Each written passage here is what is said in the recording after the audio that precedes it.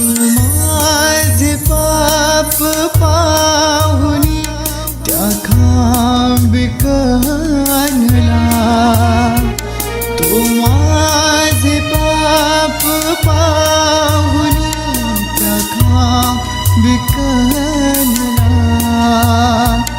किती अपूर्व ही जणी, किती अपूर्व ही जणी, सीमान से तिला.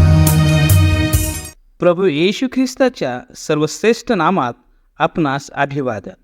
प्रियांनो, मनुष्य जन्माला येतो, परंतु त्याला हे माहीत नसते की मी कशासाठी जन्म घेतला आहे, माझा या जगात जगण्याचा काय उद्देश आहे.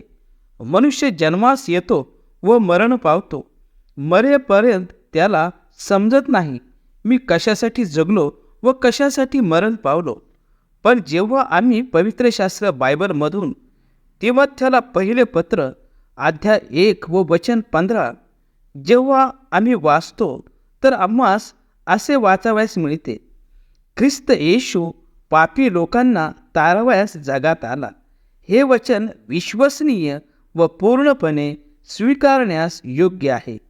या वचनामध्ये प्रभू येशू ख्रिस्ताचा जन्म कशासाठी झाला हे सत्य प्रगट होते. तो या जगात येण्याचा काय उद्देश आहे हे देखील स्पष्ट होते.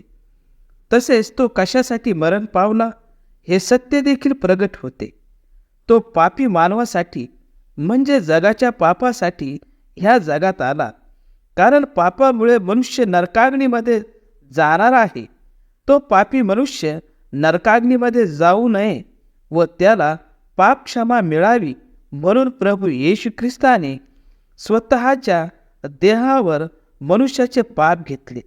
पापामुळे मनुष्याने जे मरण कमविले होते ते मरण त्याने स्वतः वधस्तंभावर सहन केले. देवाने त्याला मरणातून तिसरे दिवशी उठविले आणि त्याला पाप क्षमा करण्याचा अधिकार दिला.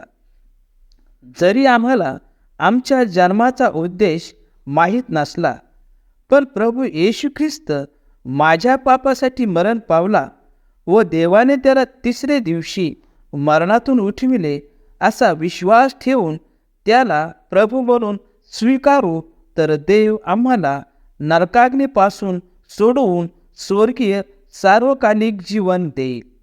देव हे सत्य समजण्यास तुमचे सहाय्य करो.